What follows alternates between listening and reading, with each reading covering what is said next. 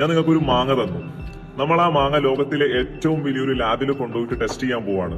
അപ്പൊ അതിൽ എത്ര വൈറ്റമിൻസ് ഉണ്ട്, എത്ര ആന്റി ഓക്സിഡന്റ്സ് ഉണ്ട്, അത് പഴുക്കാൻ എടുത്ത സമയം എത്രയാണ്, അതിന്റെ ജനറ്റിക് കോഡ് എന്താണ്, DNA എന്താണ്, ഇങ്ങനെയുള്ള കംപ്ലീറ്റ് ഡാറ്റയും നമുക്ക് സയൻസ് കൃത്യമായിട്ട് പറഞ്ഞു തരും.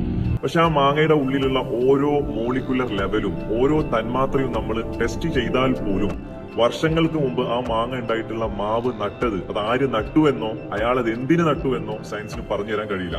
Because beyond the limit of science, അത് സയൻസിന്റെ പരിധിക്ക് അപ്പുറത്തുള്ള ഒരു കാര്യമാണ്. അതാണ് ഞാൻ പറയുന്നത്, ഒരു മാങ്ങയുടെ ഘടന പഠിച്ചത് കൊണ്ട് മാത്രം അത് നട്ട ഒരു കർഷകനില്ല എന്ന് വാദിക്കുന്നത് യുക്തിശൂന്യമായിട്ടുള്ള ഒരു കാര്യമാണ്.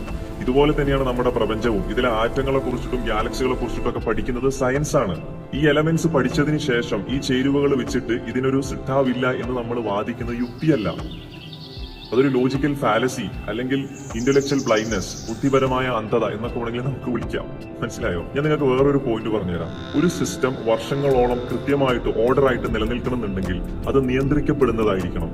നിയന്ത്രിക്കപ്പെടാത്ത ഒരു സിസ്റ്റവും ഒരു കാര്യത്തിനും ഈ ലോകത്ത് കൃത്യതയോടെ നിലനിൽക്കാൻ കഴിയില്ല. ഭൗതികശാസ്ത്രത്തിൽ എൻട്രോപ്പി എന്ന് പറയുന്ന ഒരു ലോ പറയുന്നുണ്ട്. അഥവാ ഒരു ബാഹ്യമായിട്ടുള്ള ഇടപെടൽ, ഒരു എക്സ്റ്റേണൽ ഫോഴ്സ്, ഒരു എക്സ്റ്റേണൽ ഇൻഫ്ലുവൻസ് ഇല്ലെങ്കിൽ എത്ര കൃത്യതയോടെ പോകുന്ന സിസ്റ്റവും അതിന്റെ ക്രമത്തിൽ നിന്ന് ക്രമരാഹിത്യത്തിലേക്ക് തകർന്നടിയും. From order to disorder. ഇനി നിങ്ങൾ ഒന്ന് ആലോചിച്ച് നോക്കുക, നമ്മളെ ഭൂമിയുടെ കറക്കം, സൂര്യന്റെ സ്ഥാനം, നക്ഷത്രങ്ങളുടെ സഞ്ചാര പദം, ഇത്രയും സങ്കീർണമായ ഒരു പ്രപഞ്ചം ആയിരക്കണക്കിന് വർഷങ്ങളായിട്ട് ഒരു മിസ്റ്റേക്ക് പോലും സംഭവിക്കാതെ ഇത്രയും കൃത്യമായിട്ടുള്ള മാസ്റ്റർ ഡിസൈനിൽ ചലിച്ചുകൊണ്ടിരിക്കണം എന്നുണ്ടെങ്കിൽ അതിനൊരു കൺട്രോളർ വേണോ വേണ്ടേ? ഈ ചോദ്യത്തിന് നിങ്ങളെ യുക്തിയാണ് ആൻസർ ചെയ്യേണ്ടത്, നിങ്ങളെ നേരത്തെയുള്ള മതവിശ്വാസമല്ല. നിങ്ങൾ സമയമെടുത്ത് ആലോചിച്ച് നോക്കുക. എനിക്ക് തിരക്കൊന്നുമില്ല, ഞാൻ നിങ്ങളെ ഫോഴ്സ് ചെയ്യുന്നുമില്ല. ഞാൻ എന്റെ കണ്ടന്റുകൾ നിങ്ങളുമായിട്ട് ഷെയർ ചെയ്യുന്നു എന്ന് മാത്രം. നിങ്ങൾക്ക് ആലോചിക്കാം, ചിന്തിക്കാം, സ്വയം മനസ്സിലാക്കാം.